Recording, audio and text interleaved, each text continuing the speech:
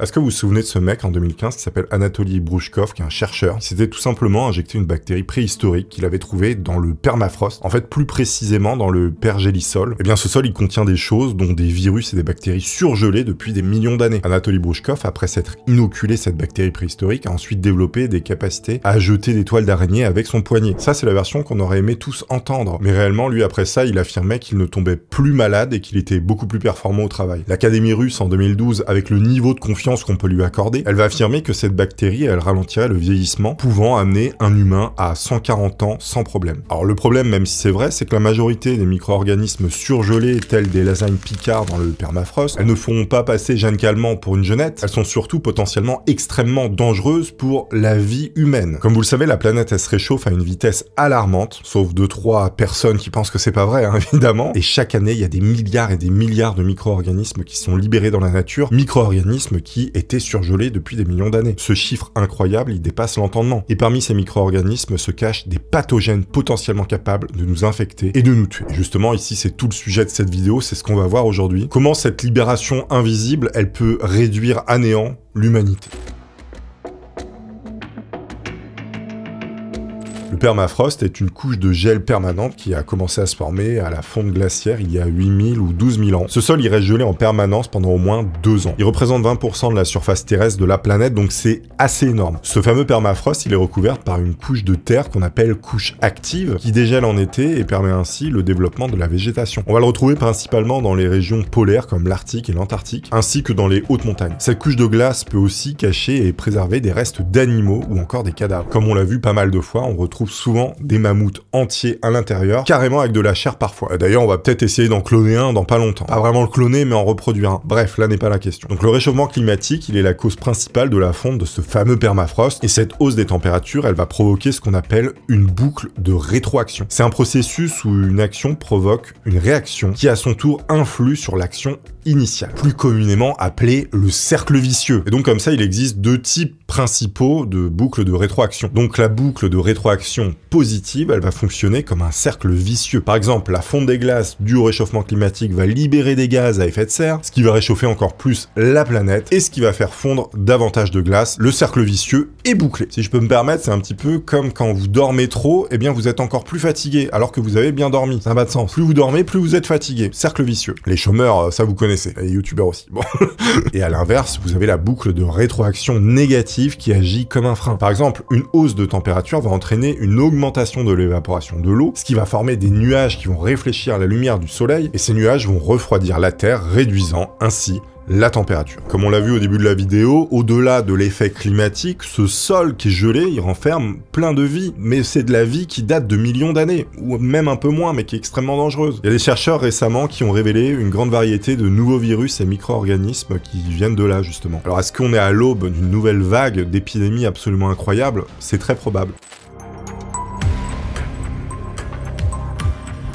Et d'ailleurs, est-ce que vous saviez que vous pouviez agir à votre échelle pour ne pas participer à ce fiasco climatique, notamment avec mon partenaire Gringot qui tombe parfaitement? D'une part, il faut savoir quelque chose par rapport aux banques traditionnelles, c'est tout simplement qu'elles investissent dans des projets qui atomisent la planète. C'est comme ça qu'ils font de l'argent. Que ce soit en investissant dans des oléoducs, le gaz de schiste, donc la fracture hydraulique, mais aussi des plateformes pétrolières. Et c'est pas une invention qui sort de mon chapeau, il y a même Le Monde qui a fait un article complet à ce sujet et d'autres sites. C'est hyper simple, on a juste à regarder les pays du Moyen-Orient qui investissent dans des projets d'énergie renouvelable. Eux, ce sont les mieux placés pour savoir que l'énergie fossile, c'est pas une situation d'avenir, sachant que toute leur économie est basée là-dessus. Donc ceux qui prendront effectivement en premier le train de la voie verte seront les premiers servis, mais ça, c'est toujours pareil. Gringot, il finance des entreprises qui limitent le changement climatique et protègent la nature. 40 millions investis dans des projets verts, mais aussi 1 million d'euros donnés à des associations. Gringot, il vous propose une épargne qui peut aller jusqu'à quasiment 9,5% avec leur assurance vie par exemple, sans financer des projets dégueulasses comme la fracture hydraulique. Gringot, évidemment, c'est aussi le contrôle total de votre argent, avec le suivi en temps réel de vos comptes. Vous avez également un calculateur de CO2 pour connaître et réduire votre impact, mais également 0 de frais dans les autres pays quand vous payez. Vous pouvez également utiliser votre téléphone pour payer avec Gringot. Et en plus de ça, vous aurez une carte bancaire en bois véritable éco-responsable, comme la mienne, comme vous voyez. Évidemment, dans la description de cette vidéo, vous retrouverez le lien pour ouvrir un compte chez Gringot. Je ne vais pas dire le changement, c'est maintenant.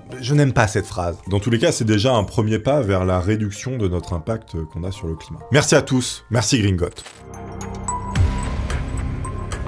Alors jusqu'à présent, tous les virus découverts étaient des virus géants, c'est-à-dire ils mesuraient plus de 0,2 micromètres. Récemment, les chercheurs français, allemands et russes, ils ont réussi à réactiver 13 de ces virus géants. Ils étaient enfouis dans le sol gelé de Sibérie depuis des dizaines de milliers d'années. Ces virus, ils appartenaient à des genres comme Pandoravirus, ou alors Mégavirus, ou même Pac-Man virus. Il y a un truc qui s'appelle Pac-Man virus, oui. On sait rigoler chez les biologistes. Et donc ils ont été extraits du permafrost sibérien et ont pu être réanimés. Le plus jeune de ces virus, il a environ 27 000 ans. Tandis que le plus ancien, le Pandoravirus, il a près de 48 500 ans. Ce qui fait de lui le plus vieux virus jamais réanimé. C'est bien parce que la Terre, elle se réchauffe et les mecs s'amusent à réactiver des virus comme ça. Bon, ils font pas n'importe quoi, ils savent ce qu'ils font. Mais c'est rigolo, l'humain quand même, il cherche un peu comme ça avec le bâton là, comme ça là. Il cherche à se faire atomiser. Et donc ces virus ont été trouvés dans des échantillons de matière fécale et des poils de mammouth congelés. Actuellement, il n'y a pas de consensus scientifique sur le danger qu'ils représentent pour l'homme. Et certaines de ces études indiquent que ces virus géants n'affectent que les amides, qui sont des micro-organismes présents dans les eaux douces et salées. Notamment, vous avez déjà peut-être entendu parler des amides mangeuses de cerveau. Bah voilà, c'est ce genre de micro-organismes. Ça arrive de temps en temps dans des rivières, ça monte dans votre nez comme ça et ça vous bouffe le cerveau. C'est horrible. Vous avez par contre d'autres chercheurs qui laissent entendre que ces virus pourraient potentiellement contaminer d'autres cellules, posant un risque potentiel pour les êtres humains. Voilà, on joue avec ça, mais on sait pas vraiment encore de quelle manière ça peut affecter l'être humain. Sachant que c'était dans du caca de mammouth.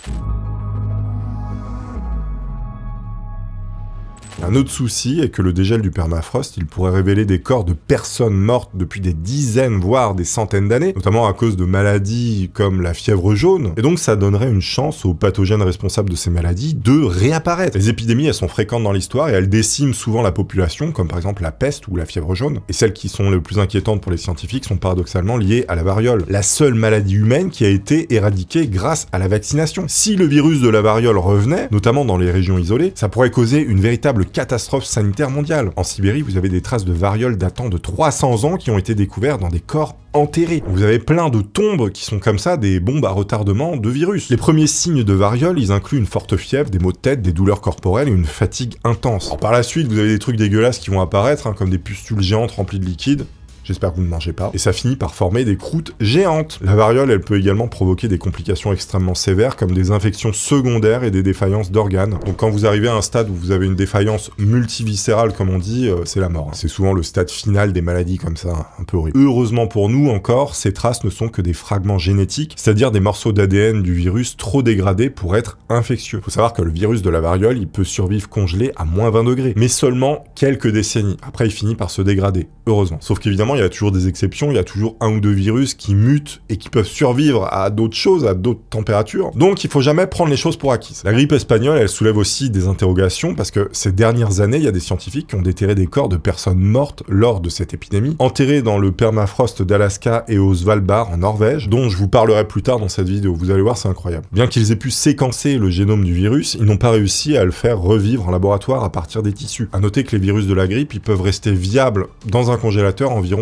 un an, mais pas pendant des dizaines d'années. Au bout d'un moment, ils se dégradent, ils meurent.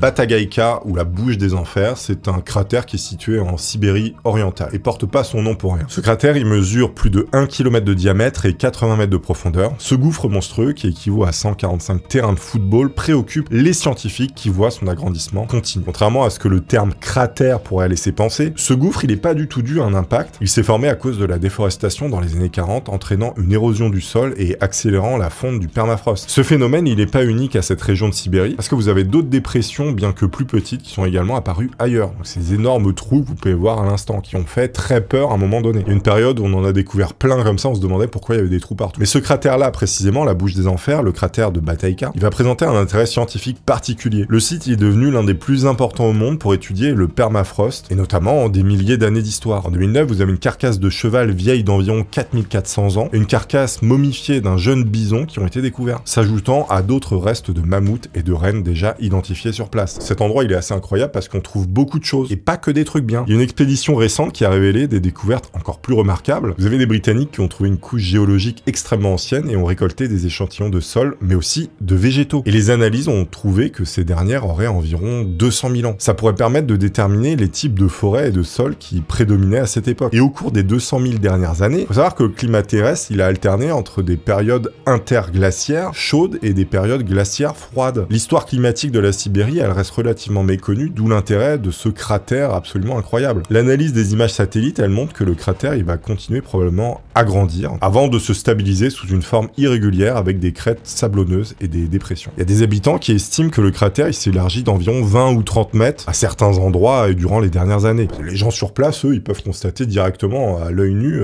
comment ça grandit. Pour les géologues, la croissance continue de ce cratère, c'est un indicateur concret de l'impact du changement climatique sur le permafrost. C'est pour ça que je vous parle de ce cratère, parce qu'il peut permettre de visualiser vraiment le réchauffement climatique. Lui, c'est un indicateur précis. Il offre aussi l'occasion d'étudier des couches de sédiments révélant le climat de la région il y a 200 000 ans, mais aussi les traces d'arbres, de pollen, d'animaux montrant qu'autrefois la région, elle était une forêt dense. À l'intérieur de ce cratère, on va pouvoir également étudier les micro-organismes de manière précise. Et des fois, il vaudrait mieux pas les trouver.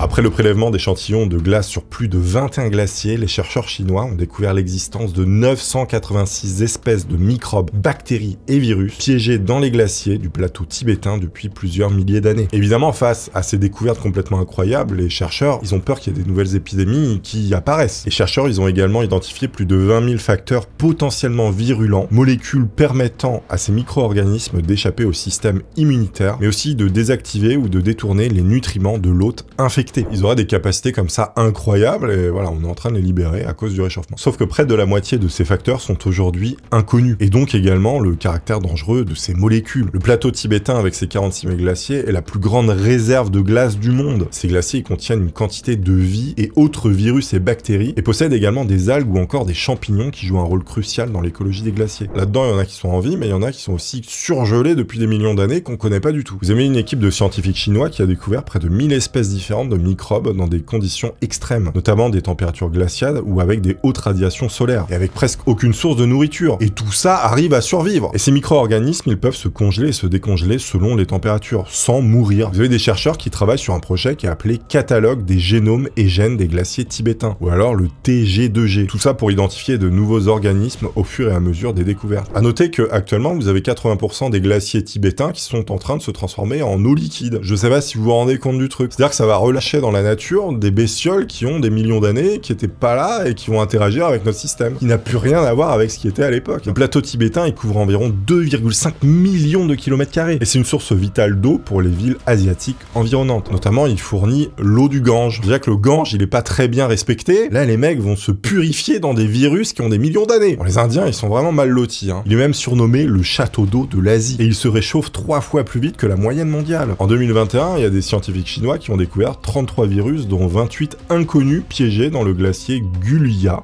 au Tibet. Ils ont découvert comme ça que certains de ces virus avaient plus de 15 000 ans.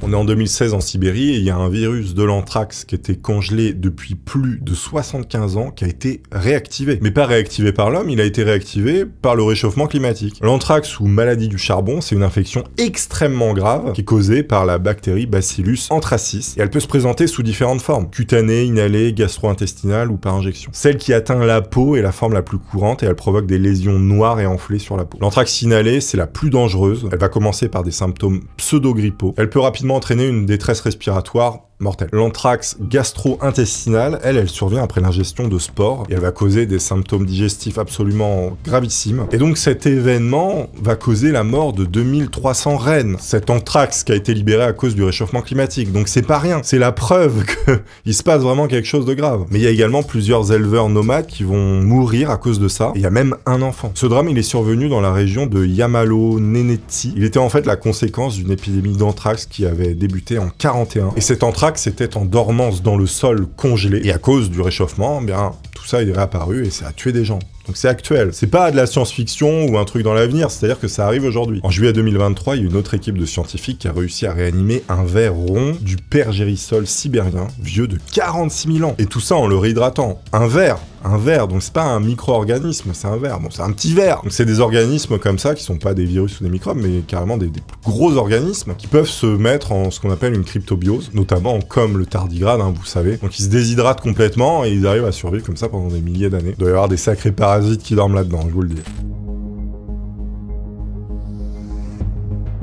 Il Il aura fallu 23 ans aux scientifiques russes pour atteindre le lac Vostok qui est situé à 3700 mètres sous la glace de l'Antarctique. Cet exploit, il a été réalisé très récemment, seulement en 2012, et le but d'aller voir dans ce lac qui est à 4 km sous la glace, c'était justement de trouver potentiellement des formes de vie extrêmes qu'on ne connaît pas. Et effectivement, on a trouvé des choses. Parce qu'il y a bien des choses qui vivent dans le lac Vostok à 4 km sous la glace. Mais on ne sait pas encore ce que c'est. Et cette espèce bactérienne, elle ne correspond à aucun groupe connu sur Terre. À noter que l'Antarctique, c'est le continent le moins exploré par l'homme, avec une superficie de 14 millions de kilomètres carrés. Il est presque entièrement recouvert de glace, avec seulement 2% de sa surface non gelée. Et le lac Vostok, qui est situé sous cette épaisse couche de glace, il est complètement isolé de l'atmosphère extérieure. Et les conditions, évidemment, elles y sont extrêmes. La température moyenne est de moins 3 degrés, et la pression est extrêmement élevée. Elle est de 360 bars. Il y fait noir en permanence avec un taux d'oxygène élevé. Les similitudes entre l'ADN de ces bactéries et celles des organismes connus n'ont jamais dépassé 86%. Donc c'est une nouvelle forme d'ADN en fait qu'on a trouvé. Étant donné qu'une correspondance inférieure à 90% est suffisante pour classer un organisme comme une nouvelle espèce, ces bactéries pourraient être inédite. Les scientifiques n'ont pas pu établir un arbre phylogénique, qui est un outil qui permet de comprendre les relations évolutives entre différentes espèces pour ces bactéries. On est incapable de les relier à quoi que ce soit. Elles sont nouvelles de chez nouvelles. C'est pas genre nouvelle espèce, c'est vraiment nouvelle forme de vie. Limite alien. En 1918, l'épidémie de la grippe espagnole, elle va causer entre 50 et 100 millions de morts, notamment en raison de l'absence d'antibiotiques. À ce jour, sa souche virale, elle reste encore inconnue. Pour résumer, si ce virus, il réapparaît, on sera incapable de le soigner très rapidement. Cette maladie, c'est un sous-type du virus de la grippe H1N1 qui se manifeste par une fièvre élevée. Vous avez tous entendu parler de ce fameux virus. Des douleurs corporelles, une fatigue intense et une toux sèche pouvant évoluer vers une pneumonie et des difficultés respiratoires extrêmement graves. À noter qu'elle a infecté environ un tiers de la population mondiale, ce qui a provoqué des dizaines de millions de décès, bien plus que les pertes humaines des guerres de l'époque. Et à ce jour, il existe une ville plus exposée que les autres autour de la grippe espagnole. C'est cette fameuse ville de Longyearbyen, qui est en Norvège. À 70 degrés latitude et seulement 1300 km du pôle Nord, la ville, elle se trouve dans une zone de climat polaire. Là-bas, la nuit, elle dure presque 4 mois chaque année. Les températures sont négatives de octobre à mai et le sol reste gelé tout au long de l'année. Et donc, on y retrouve le fameux permafrost. Vous vous souvenez, il est en train de dégeler. Et à Longyearbyen, l'enterrement, il est tout simplement interdit. Évidemment, il y a une raison scientifique derrière ça. Le permafrost fait en sorte que les cadavres enterrés ne se décomposent pas et peuvent même être ramenés à la surface avec le temps. Ainsi, la Norvège a mis en place cette règle pour éviter de devoir gérer des cadavres qui ne se décomposeraient pas correctement. Mais aussi pour éviter que des virus refassent surface un jour ou l'autre. Au cimetière de la ville, il y a beaucoup de personnes qui ont été enterrées et qui avaient la grippe espagnole. C'était à l'époque où il n'y avait pas cette règle où c'était interdit d'enterrer des cadavres, donc on enterrait les gens qui étaient malades, enfin qui avaient été malades et qui étaient morts. Et si tout à coup tous ces cimetières se mettent à décongeler en même temps, c'est la daube, parce qu'évidemment le virus il va se propager. Vous n'avez pas que les virus ou les bactéries ou quelconques micro-organismes qui sont des dangers à cause du dégel. Vous avez aussi le mercure qui se trouve naturellement dans l'environnement qui est libéré par des phénomènes comme les feux de forêt, les éruptions volcaniques et l'érosion des roches. Sauf que environ 2/3 du mercure atmosphérique il provient des activités humaines, notamment à cause de la combustion du charbon et certaines exploitations minières. Alors une fois dans l'air, ce fameux mercure il va retomber sur Terre, dans l'eau, et donc il va être absorbé par des poissons et d'autres animaux marins. Ce mercure il va s'accumuler dans la chaîne alimentaire. Alors pourquoi je vous parle de mercure? Vous allez comprendre que c'est lié aussi à tout ce qui est sol gelé et permafrost. Comme tout le monde le sait, le mercure, c'est neurotoxique et c'est très dangereux. Chez les enfants, il peut perturber le développement cérébral, altérer la mémoire, la capacité langagière. Vous connaissez pas ce mot, hein, langagière. Pourtant, ça se dit. On est soutenu chez Tony. Mais ça peut aussi altérer les compétences motrices et visuelles. Donc c'est vraiment une salope. Non, on dit pas de gros mots. On est soutenu chez Tony. Donc c'est vraiment un truc horrible, hein, ça vous défonce un fœtus. Hein. On voit ce que ça peut faire en Inde, il y en a qui naissent avec 3 pieds, voilà. Chez les adultes, une exposition élevée peut nuire à la vision, la parole, aux mouvements musculaires et affaiblir le système immunitaire, mais également provoquer des problèmes cardiovasculaires. Autant vous dire que ça vous rince la gueule le mercure, c'est dégueulasse. Et comme vous le savez, il est conseillé aux femmes enceintes et aux jeunes enfants de limiter leur consommation de poissons à longue durée de vie, comme par exemple le thon ou l'espadon, qui sont blindés de mercure. Là, c'est pas une légende, hein, on est tous au courant. Le mercure, il est également présent dans les organismes tels que les oiseaux, les poissons, les phoques, les morses, bref, il y en a partout, même dans des ours polaires et des baleines. Les populations autochtones de l'Antarctique qui dépendent de la pêche et de la chasse pour leur alimentation, elles affichent des concentrations particulièrement élevées de mercure dans le sang. Donc ceux qui trinquent, c'est les mecs qui vivent de chasse et pêche sur leur île, perdus au milieu de nulle part et qui provoquent aucune pollution. C'est les mecs qui font des jeans au mercure, là, dans les usines, je ne sais où, qui font trinquer les mecs qui n'ont rien demandé. C'est souvent ça. Et donc les courants atmosphériques et maritimes qui transportent le mercure vers le nord, sonores agissent depuis des millénaires. Mais vous avez également du mercure qui est emprisonné dans le pergélisol, notamment le pergélisol arctique. Pour l'instant, il n'a pas encore un grand impact, mais c'est en train de fondre. Pour en revenir au sujet initial, la fonte du pergélisol, du permafrost, de tout ça, va libérer des quantités de mercure absolument astronomique. Donc là, le thon, vous pourrez faire une croix dessus. Hein. Sandwich au thon, pâte au thon comme en prison, c'est fini. Que vont manger nos tolards? Alors, on rigole, mais c'est horrible ce qui est en train de se passer là, on se rend pas compte. Est-ce que vous voulez avoir un pied qui pousse sur la tête? Non.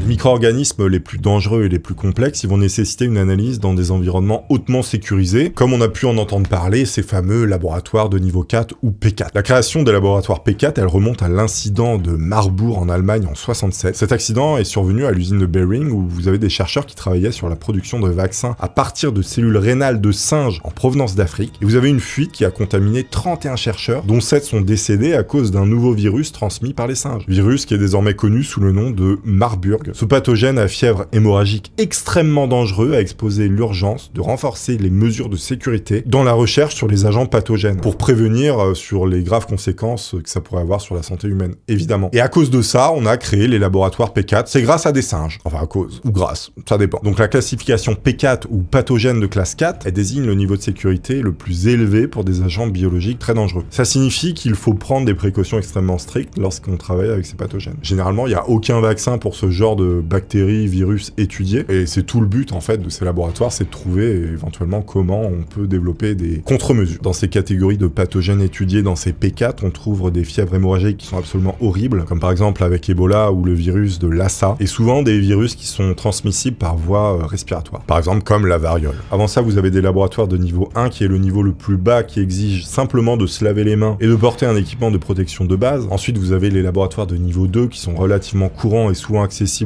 aux étudiants pour des travaux pratiques. Par exemple, à Paris-Calais, ils disposent d'un laboratoire de niveau 2, P2, qui est utilisé à la fois par des chercheurs et par des étudiants pour préparer des travaux pratiques en biochimie, mais aussi en génie biologique. Moi, j'ai fait un petit peu de biologie également à l'université. On n'avait pas de laboratoire P2. On avait extrait du ricin, je crois, de la graine de ricin. Bon, voilà. Oui, on avait extrait du poison, ouais.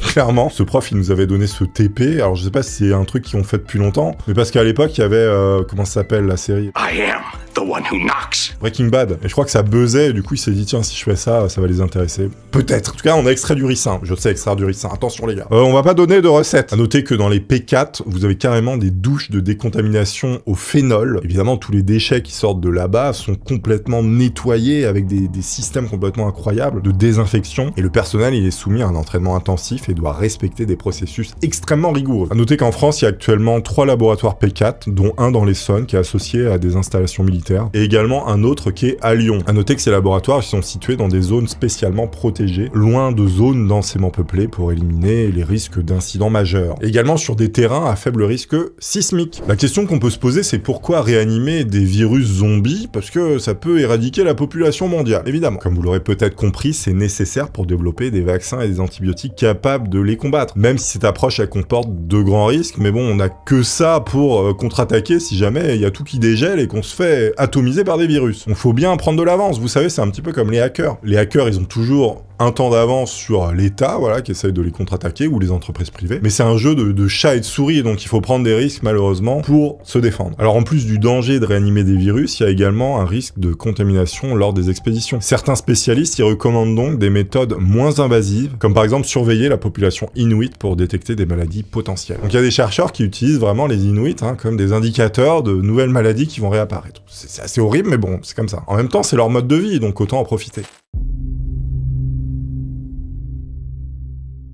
Il y a deux hypothèses qui s'affrontent face à une épidémie majeure à cause du réchauffement climatique qui pourrait se déclencher. Alors soit ces anciens virus seraient surpassés par la concurrence des virus modernes, finalement ils seraient pas à jour et ils seraient incapables de se développer, donc ils mourraient. Car les êtres vivants potentiellement infectés auraient pu développer des résistances immunitaires au fil de l'évolution, comprenant ces virus ou ces bactéries. Ou bien la résistance face à ces virus, bactéries et autres pourrait être diminué chez les espèces vivant aujourd'hui, notamment nous. Évidemment, dans ce dernier cas, ce serait cataclysmique. Et donc, il est crucial de comprendre qu'environ 1% des pathogènes envahisseurs manifestent un comportement imprévisible. On explique que, bien que le risque associé à cette petite fraction de pathogènes puisse paraître faible, c'est essentiel de se rappeler que ces résultats ils proviennent de simulations impliquant la libération d'un seul agent pathogène. Et dans le monde réel, où de nombreux microbes anciens sont libérés, ces épidémies potentiellement imprévisibles, elles constituent un danger significatif. C'est pas moi qui le dis, hein, c'est des chercheurs. En même temps, c'est pas compliqué de comprendre que s'il y a des milliards et des milliards de virus, de bactéries et autres qui sont libérés, c'est dangereux pour nous, bah c'est pas compliqué de le comprendre. Y a pas besoin d'avoir un bac plus 10 hein, pour le savoir. Que c'est potentiellement dangereux, attention. Et bien dans le pire des cas, jusqu'à 70% du permafrost de la surface de la Terre pourrait disparaître d'ici environ 2100. Perspective qu'on aimerait bien évidemment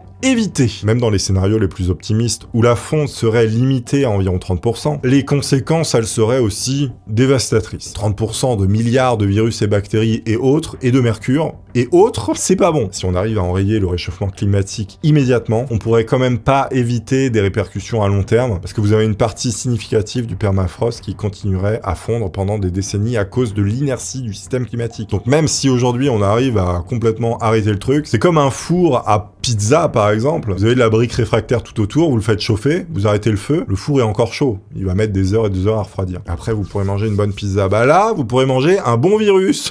Un bon bol de mercure aussi. Et paf, ça fait des chocs à pic. Donc cette fonte, au-delà de libérer des virus et des bactéries, elle va libérer également d'énormes quantités de gaz à effet de serre. Et comme on l'a vu, ça ferait ce fameux cercle vicieux qui va déclencher une série de catastrophes environnementales irréversible. La solution, évidemment, c'est pas les voitures électriques, c'est pas tout ça, parce que tout ça crée de la pollution, on va pas se mentir. La pollution, elle est juste déplacée, en fait. Ce qu'il faut, en fait, ce serait réduire notre utilisation de tout ça. Il y a que ça. Je ne pense pas que cette vidéo va révolutionner nos moyens de locomotion et de consommation, certes. Faites au moins le tri dans vos déchets, c'est déjà un bon départ. Et on n'oublie pas Gringot dans la description, vous pouvez ouvrir un compte pour gérer votre argent de manière plus verte. Avec le code promo TOUNY, TOUNY, vous aurez 3 mois de frais offerts. Sur ces belles paroles, j'espère que tout ça ne fondra pas. D'ici là, les amis, portez-vous bien. Merci à tous.